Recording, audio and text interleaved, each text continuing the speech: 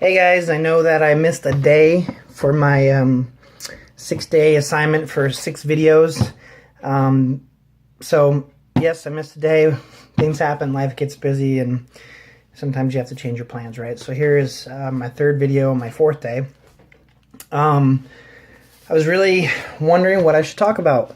Something that like my first topic about marriage, I think that was something that was definitely uncomfortable to talk about and made me reflect a lot. And I think another thing, well, the topic I chose today is anxiety. And again, definitely a topic that is not particularly easy to talk about. It's something that's uncomfortable, right? So with myself personally, when I first started hearing about anxiety and panic attacks, things such as that, was with my sister, my oldest sister, who passed away in 2005, and she was having anxiety attacks and other things that were happening with her. And at that time, my perspective was, well, you know, you're being weak. I almost looked at it as that she's being weak. You need to suck it up, be positive, do what you need to do to make yourself happy, and stop being weak, right? That was kind of my attitude at that point with my sister.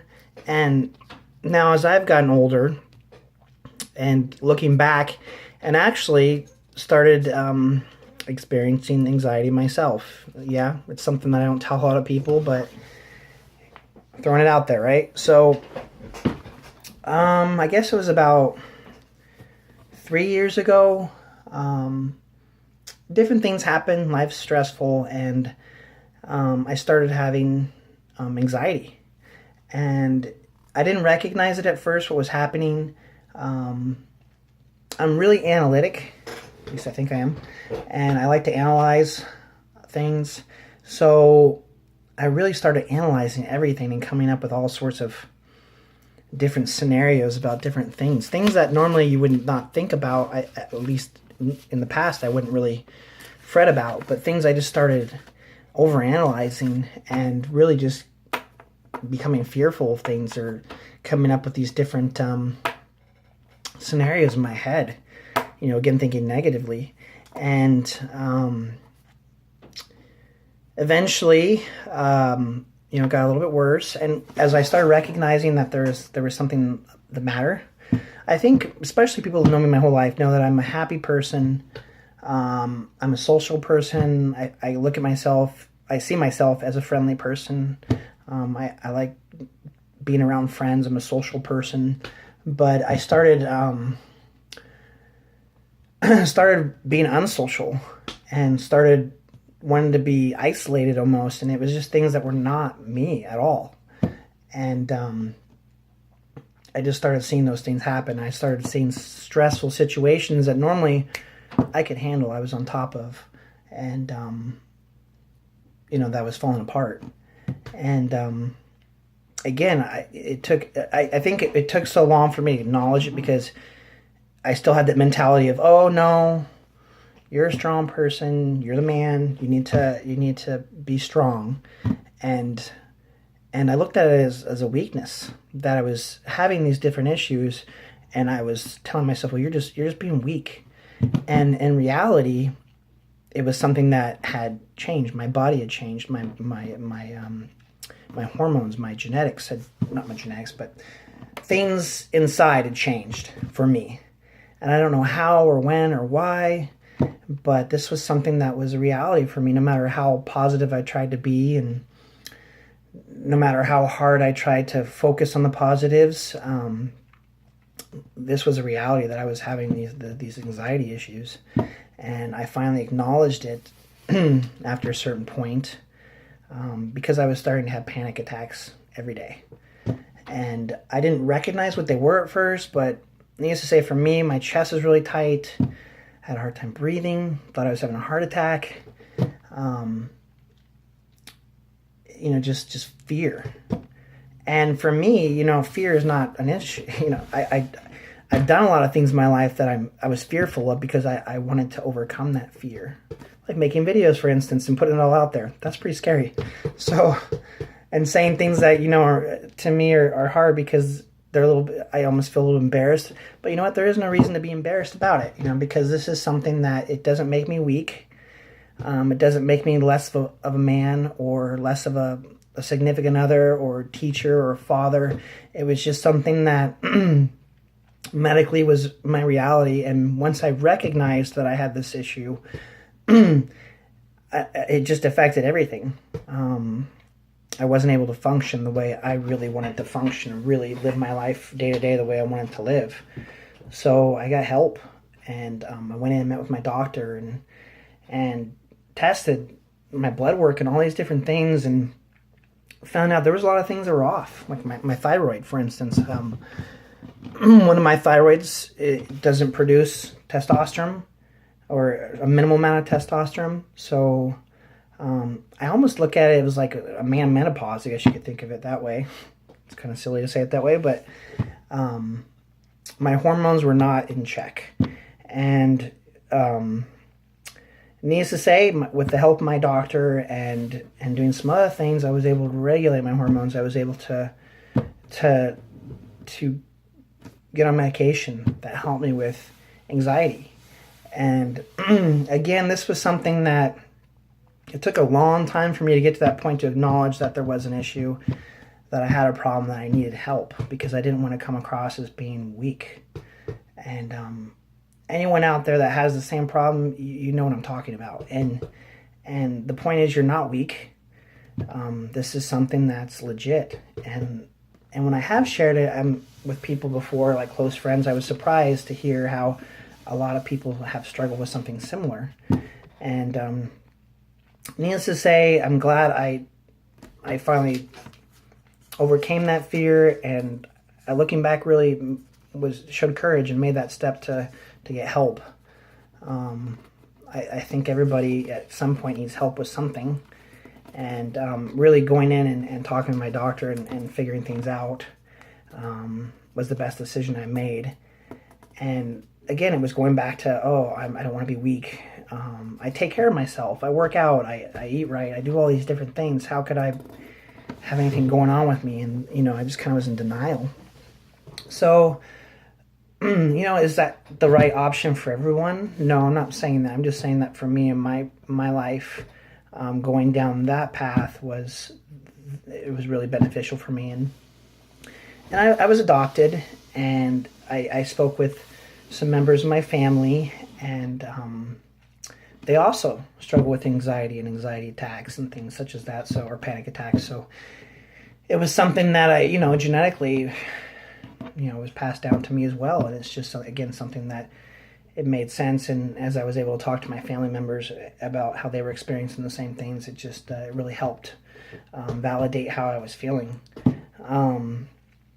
And also, not only getting on medication, but doing other things that help my mental state, again, staying positive.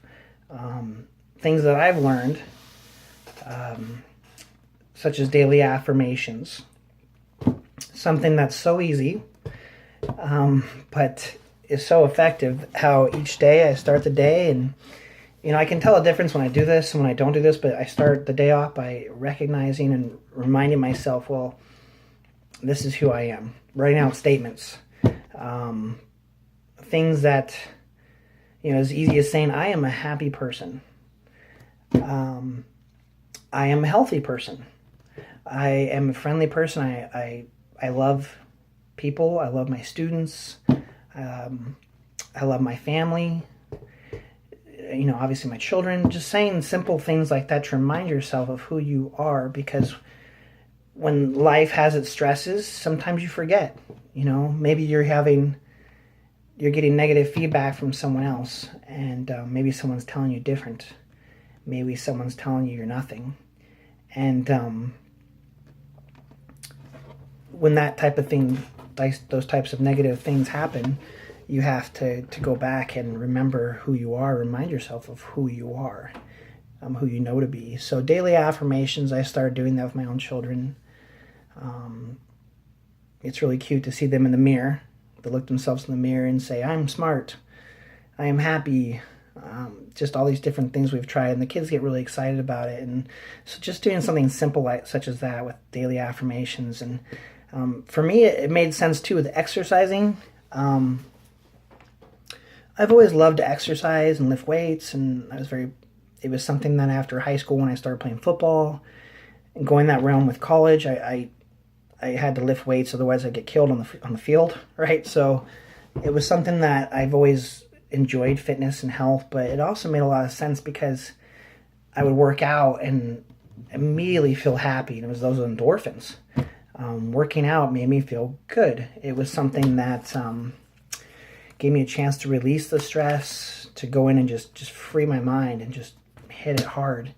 And I think that was one of the reasons why I'm so passionate about working out and exercising, because it was so therapeutic for me mentally. And working out isn't the only outlet. There's other things you can do, obviously, that make you happy, but doing things that make you happy, obviously.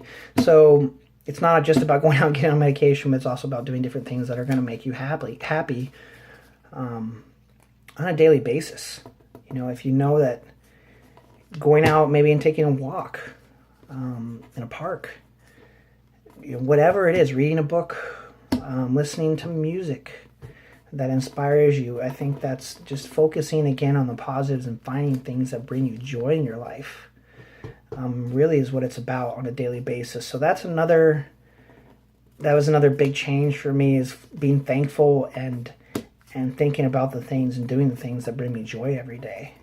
That also helped with my mental, my ability, my mentality about stress and how to handle things. And when stresses do come now, I've noticed, I'm like, okay, well, this stress is coming to my life.